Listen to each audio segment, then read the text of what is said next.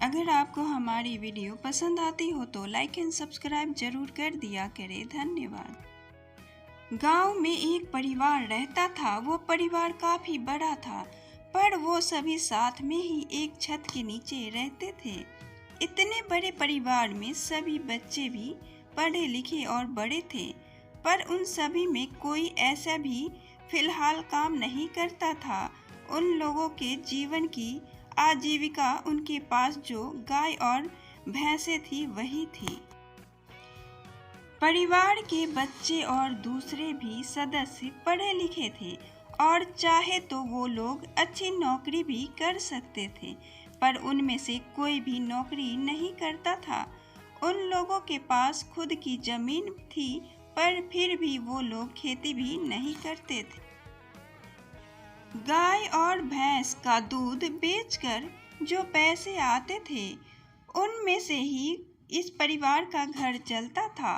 वो लोग ज़्यादा पैसे भी खर्च नहीं करते थे और अपनी आजीविका के लिए दूसरा कोई रास्ता भी नहीं ढूंढते थे।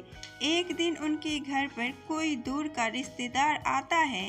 वो देखते हैं कि ये परिवार में से तो कोई भी कमाने नहीं जाता है।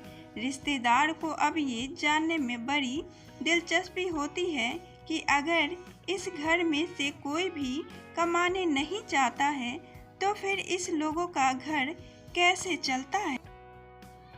इस परिवार की आजीविका का साधन ऐसा तो क्या है कि ये सभी कुछ काम धंधा भी नहीं करते हैं। रिश्तेदार दूर के थे और वे ऐसा सवाल घर में से किसी को भी पूछना उचित भी नहीं समझते थे। उन्होंने सोचा कि मैं वैसा करता हूँ कि कल सुबह तक देखता हूँ, अगर कुछ पता चल जाए तो। दूसरे दिन भी इस परिवार में से कोई भी कमाने नहीं जाता है। उस दिन भी जब सुबह को लोग इस घर पे दूध लेने के लिए आते हैं, तब घर पर जो रिश्तेदार आए थे उन्हें पता चलता है कि इस परिवार का गुजारा दूध बेचकर ही होता है। रिश्तेदार ये भी देखते हैं कि दूध बेचकर इतने बड़े परिवार का गुजारा अच्छे से नहीं हो पाता है, फिर भी कोई काम करने के लिए राजी नहीं था। इस परिवार के सारे लोग अब आलसी हो गए हैं, क्योंकि काफ़ी वक्त से किसी ने भी काम नहीं किया है। उस रिश्तेदार को लगता है कि इस परिवार के लोगों की आलस को खत्म करना ही चाहिए। वो कोई तरीका सोचने लगते हैं।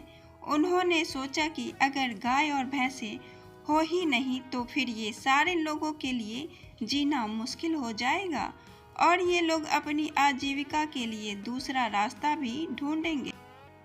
रिश्तेदार ने कोई तरकीब सोची और वो इस परिवार की आजीविका यानी कि गाय और भैंसे को देने रात को ही अपने साथ लेकर वहां से चले जाते हैं। परिवार के लोग अगली सुबह उठकर देखते हैं कि गाय और भैंसे चुरा कर कोई ले गया है। रिश्तेदार को घर पर ना देखकर उन सभी को पता चल जाता है कि ये काम उस रिश्तेदार ने ही किया है। लगता है उन सभी की एकमात्र आजीविका थी वो भी अब नहीं रही, इसलिए वो सभी बड़े परेशान हो रहे थे।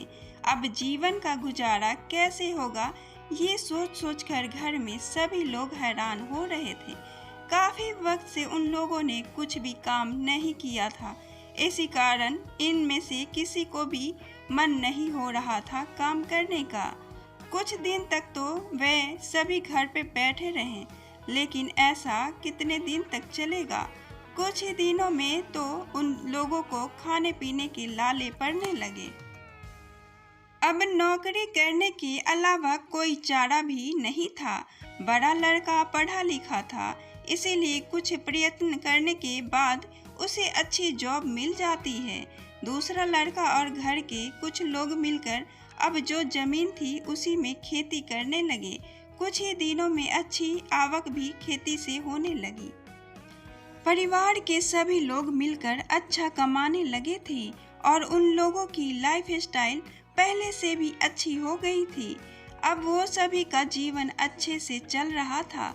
2 साल के बाद जो रिश्तेदार पहले उनके घर पर आए थे वो वापस आते हैं। वो अपने साथ जो गाय भैंस ले गए थे वो भी लेकर आए थे। रिश्तेदार परिवार के सभी लोगों से माफ़ी मांगते हैं और उन्हें ये भी कहते हैं कि मैंने ये सब आप लोगों के लिए ही किया था। मैंने देखा था कि आप सभी तंदुरुस्त और पढ़े लिखे होने के बावजूद भी काम नहीं कर रहे थे और एकमात्र गाय भैंस को ही अपनी आजीविका बना रहे थे। मैंने आप सभी की आलस खत्म करने के लिए ही ये सब किया था। परिवार के सभी लोग कहते हैं कि आपका बहुत धन्यवाद। आपकी वजह से ही आज हमारी लाइफस्टाइल इतनी अच्छी हुई है। अगर आपको हमारी स्टोरी अच्छी लगी हो तो अपने दोस्तों के साथ भी शेयर कीजिए और कमेंट में ज़रूर बताइए कि कैसी लगी हमारी स्टोरी।